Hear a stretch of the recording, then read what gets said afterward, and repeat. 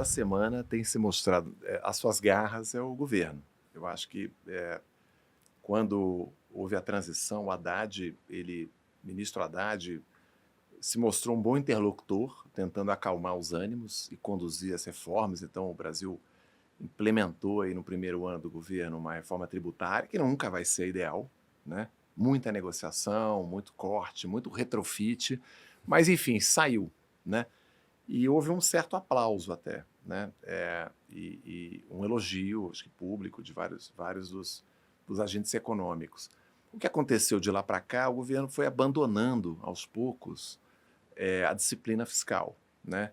E de uma certa forma tentando reescrever certos capítulos de privatizações, aumento de gasto público, falta de visibilidade quanto ao cumprimento de metas. Então, assim, o governo tem a sua parcela de culpa hoje bastante presente. Eu acho que é o grande urso aí, que está atrapalhando um pouco. Eu, por a parte, faço um voto aqui que esse Copom de hoje teve uma pressão, né? Poderia ter sido um pouco diferente comunicado, como você, Vinícius, comentou, né? Houve uma divergência, a divergência está sendo democraticamente controlada, mas o mercado não é besta, começa a perceber, né? E acho que um por um, as pessoas estão caindo na real que 2025, 2026, o governo tende a ser mais gastão, né?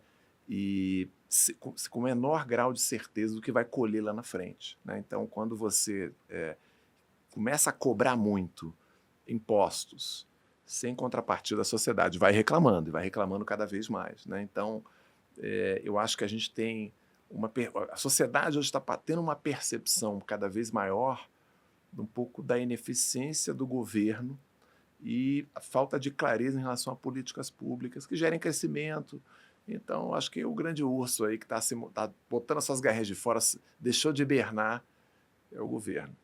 O interessante é que os governos normalmente costumam ser mais fazer as maldades, digamos assim, nos seus primeiros anos. Então, o que tem que fazer de corte de gasto faz ali nos seus 2 primeiros anos, justamente para gastar mais nos anos de eleição. Acho que isso não é um privilégio Sim, do governo, de governo do PT. Acho que isso faz parte da política. sem dúvida. Mas não foi o que aconteceu agora nesse governo Lula, né? Muito pelo contrário.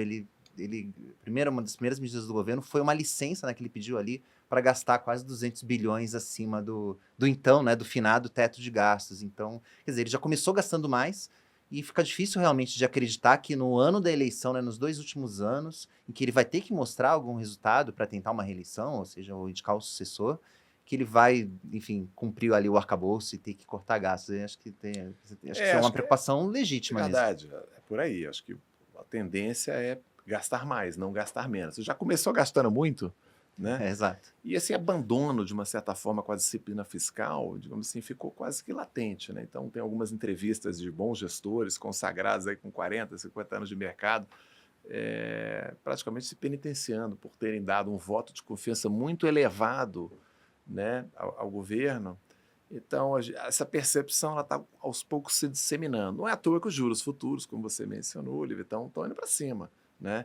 Os títulos de inflação, nunca o investidor, se você falou de portfólio, né? Se o investidor aplicar IPCA mais 6, ele nunca perdeu do CDI. Se você pegar históricos de 5, 10, 15, 20 anos, esse título sempre bateu qualquer outro tipo de aplicação financeira, bolsa, CDI, etc., título isento. Então a gente voltou a ter aquele juro real astronômico. Não é à toa, não é o governo que determina esse juro, é o mercado.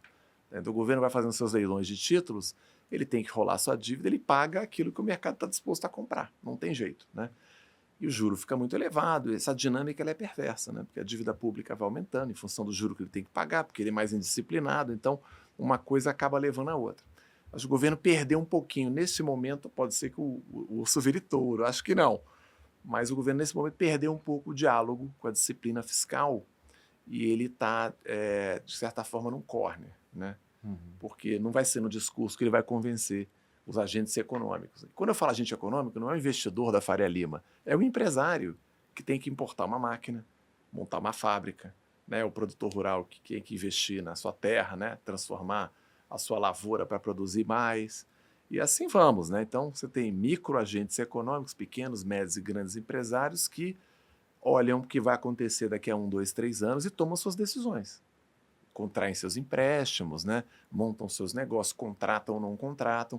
Então, essa paralisia dos agentes econômicos é que causa a falta de crescimento lá na frente. Hoje não vai acontecer nada, é ruído.